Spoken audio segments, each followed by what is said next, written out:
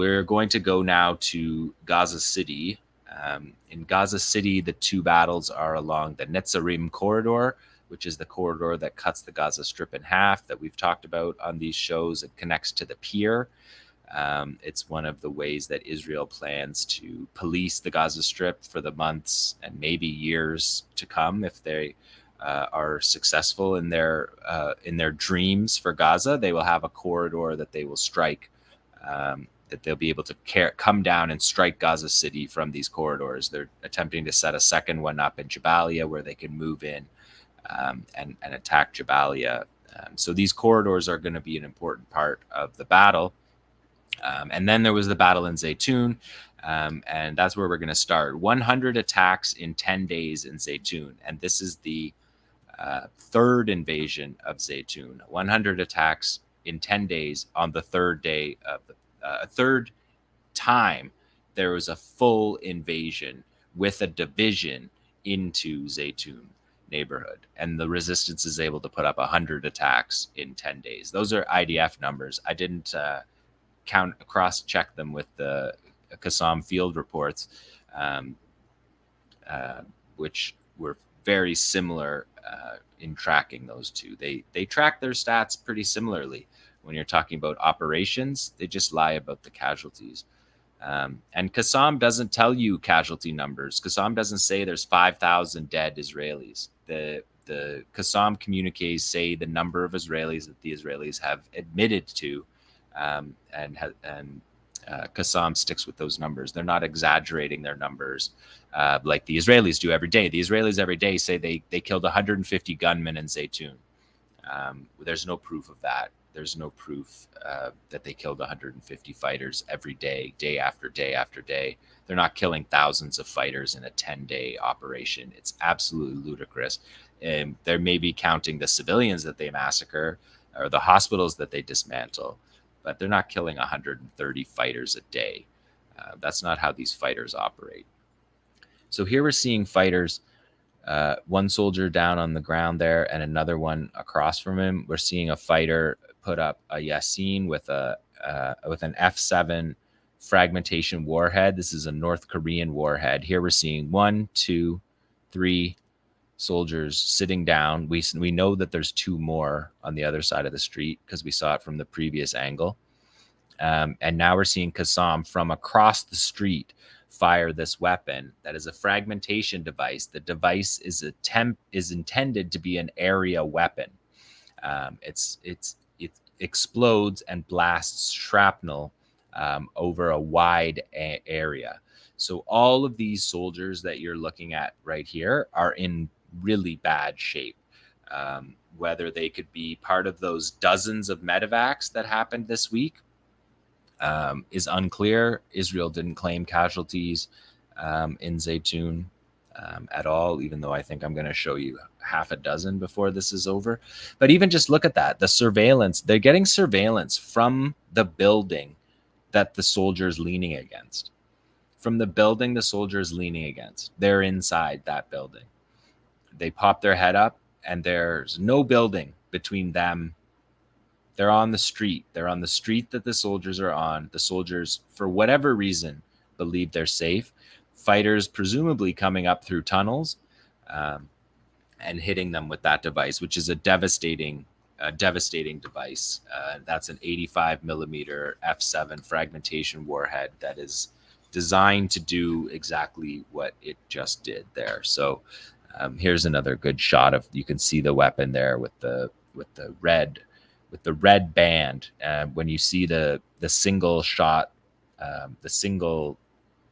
the non-tandem warhead with the single red band around it, that's the fragmentation device. It's an anti-personnel device. They fire that at troops rather than firing that at the armored vehicles, which they have other devices for. So number 12 tomorrow is 𝐓𝐡𝐞 𝐄𝐥𝐞𝐜 in Zeitoun versus tanks and bulldozers. Here you can see the barrel of the tank facing down the cameraman, as always.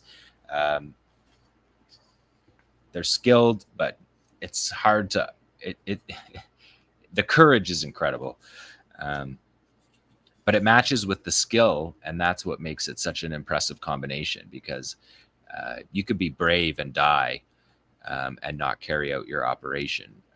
Being brave and skilled, that's the deadly combination. So here again, see it? You could see the tank barrel literally staring you right between the eyes. This fighter waits. You could see the two. Do you see the two soldiers' heads popping out there? We'll let it go one more time. Next time when you look back, you'll see the two heads of the soldiers popping out of their hatches. And it's hit off the wall in behind and sprayed again shrapnel all over those troops. These are seriously wounded troops. Again, the barrel right between the eyes of the cameraman there.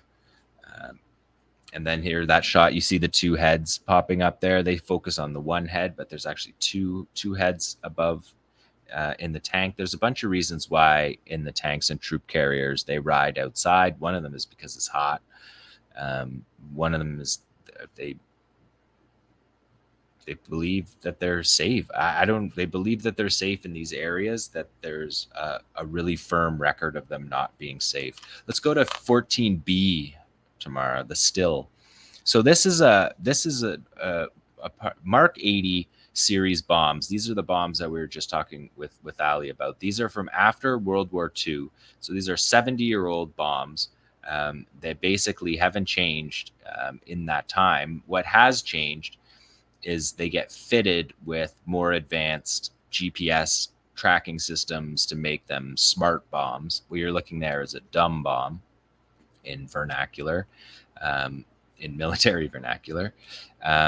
And you can see how big it is, the size in comparison to everything that's around it. It's multiple humans tall.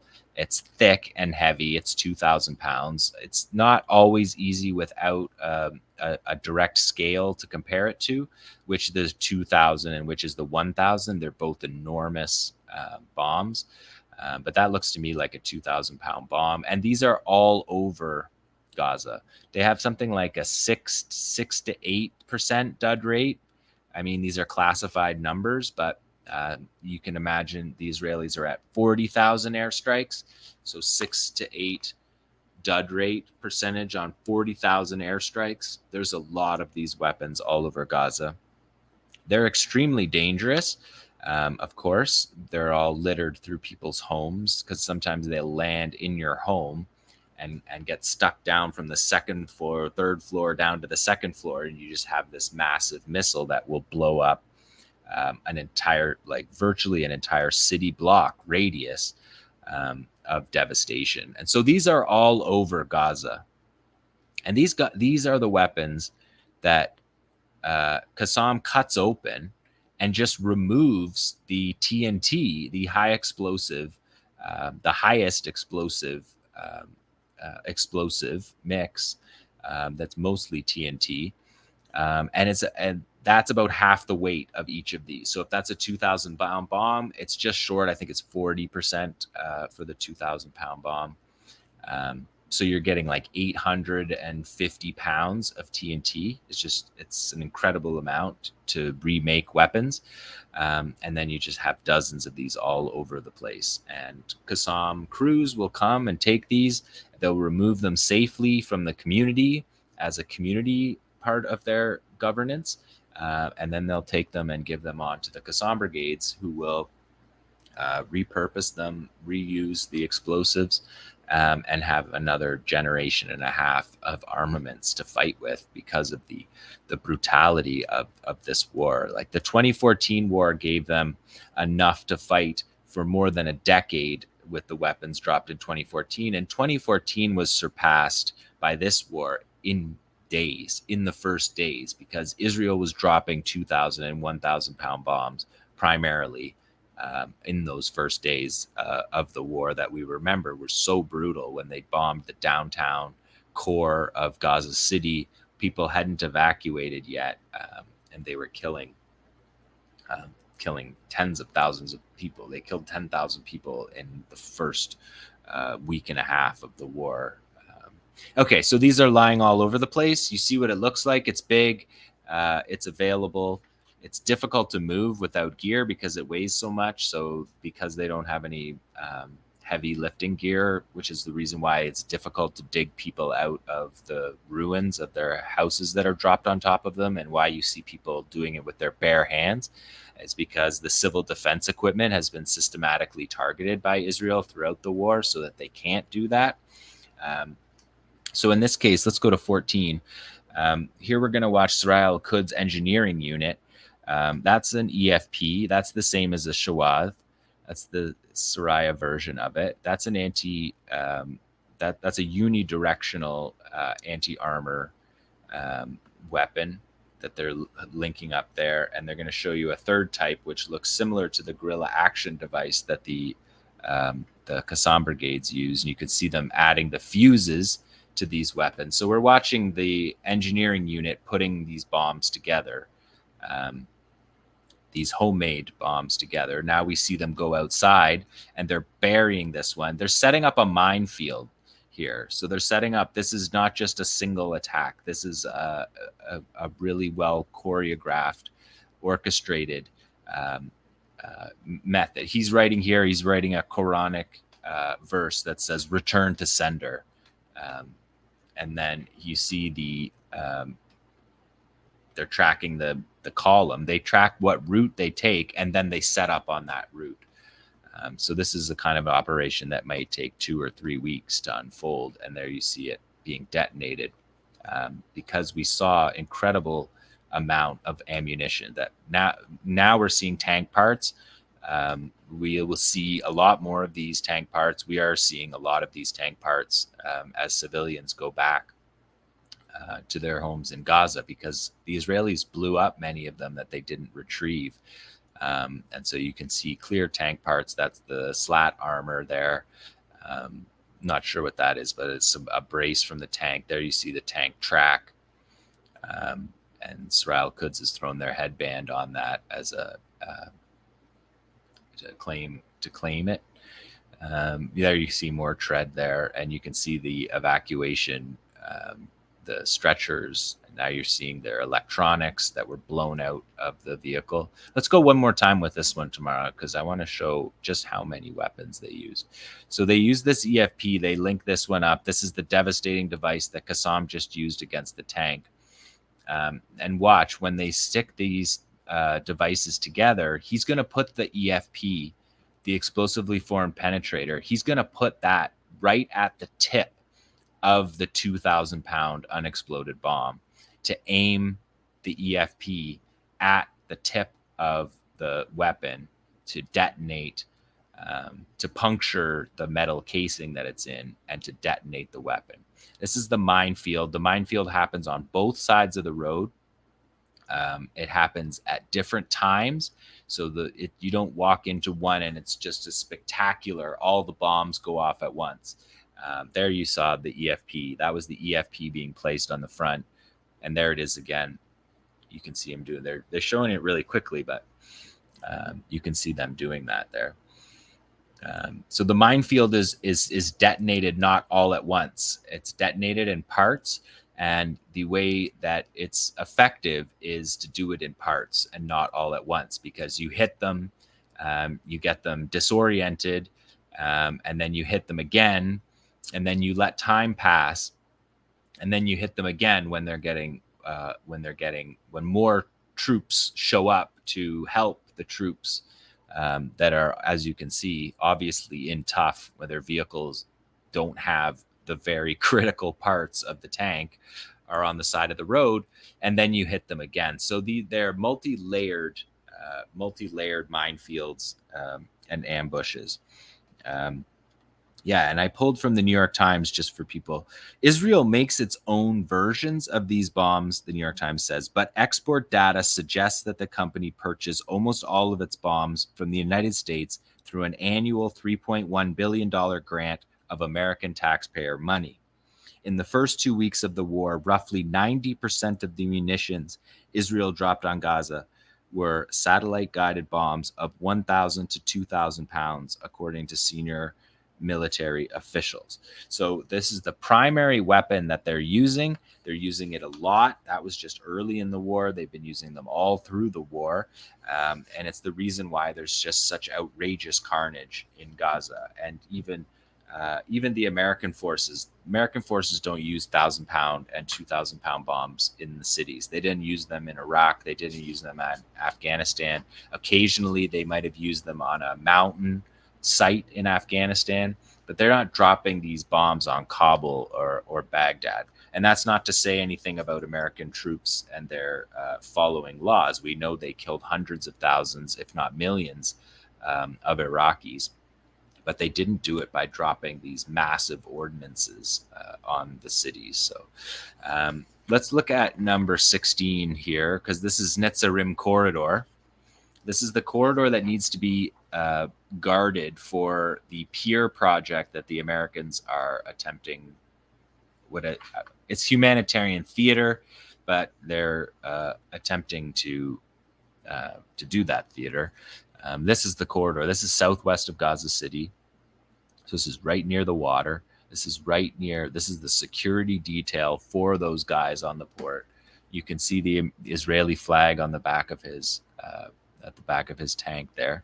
You can see the Al Ghul Qassam Brigade's Al Ghul sniper, 50 cal sniper. You can see him waiting to pick his targets. One of these guys is gonna climb up on the back of the tank here, you'll see. And the second guy waits down at the bottom.